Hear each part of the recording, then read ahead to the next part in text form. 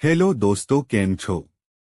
હું છું રીતેશ પટેલ અને આજે તમારે માટે એક મહત્વની જાણકારી લઈને ઉપલબ્ધ થયો છું। જો તમે પ્રાઇવેટ અથવા સરકારી કંપનીમાં નોકરી કરતા હો તો તમારે આ નિયમ જાણી લેવો જરૂરી છે। સુપ્રીમ કોર્ટના આ નિર્ણયથી દરેક કર્મચારીને ફાયદો થશે। તો શું છે આ અહેવાલ, જાણી લો આ વિડીયોમાં।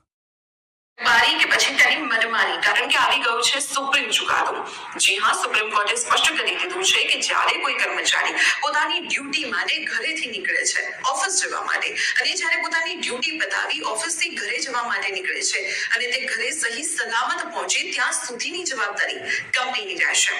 તાજેતરમાં જ મહારાષ્ટ્રના ઉસ્માનાબાદના એક કેસમાં સુપ્રીમ કોર્ટે આ સ્પષ્ટ કર્યું છે, જેમાં નોકરી દરમિયાન તેના કારણે અથવા તો કાર્યસ્થળ પર થયેલી દુર્ઘટનામાં જ કમ્પન્સેશન મળે તે યોગ્ય નથી। જો કર્મચારી પોતાની નોકરી માટે ઘરેથી નીકળે છે અને અથવા તો નોકરી પતાવ્યા બાદ પોતાના ઘરે જવા માટે નીકળે છે અને તે સમયગાળા દરમિયાન જો કોઈ દુર્ઘટના સર્જાય અને કર્મચારીને નુકસાન પહોંચે કે પછી કર્મચારીનું મૃત્યુ થાય છે તો આવા કિસ્સામાં પણ વર્કમેન કમ્પન્સેશન એક્ટ 1923 અંતર્ગત તે કમ્પન્સેશનને પાત્ર બને છે। આ નોકરી દરમિયાન થયેલી જ દુર્ઘટના માનવામાં આવશે। આ નિર્ણય લાખો કર્મચારીઓ માટે રાહત ભર્યો નિર્ણય છે અને ખાસ કરીને એવા કર્મચારીઓ માટે કે જેઓ પોતાની નોકરી માટે લાંબા અંતરની મુસાફરી કરે છે। આ કર્મચારીઓના અધિકારોને મજબૂત બનાવે છે અને સાથે એ સાબિત પણ કરે છે કે ડ્યુટી માત્ર ઓફિસના ગેટ સુધી નથી, તેના માટે કરવામાં આવેલી મુસાફરી પણ ખૂબ જ મહત્વપૂર્ણ છે। તો આવા જ મહત્વપૂર્ણ સમાચારો। તો દોસ્તો, તમે પણ નોકરી કરતા હો તો ઘરેથી નોકરી કરવા નીકળો ત્યાંથી લઈ નોકરી કરીને ઘરે પાછા આવો ત્યાં સુધીની જવાબદારી કંપનીની રહેશે, તેઓ સુપ્રીમ કોર્ટે કહ્યું છે।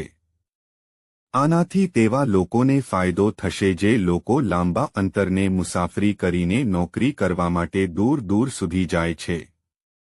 તેવા લોકો સાથે ક્યારેક નોકરી કરવા જતા અથવા નોકરીથી પરત આવતા દરમિયાન કોઈ અકસ્માત થાય તો તેની જવાબદારી કંપનીની રહેશે। તો દોસ્તો, તમને આ વિડિયો કેવો લાગ્યો કોમેન્ટ કરીને જરૂરથી બતાવશો અને આવા જ વિડિયો જોવા માટે અમારી ચેનલને સબસ્ક્રાઇબ અને ફોલો જરૂરથી કરી દેજો। તો દોસ્તો, મળીએ છીએ એક નવા વિડિયો સાથે, ત્યાં સુધી જય હિન્દ, જય ભારત।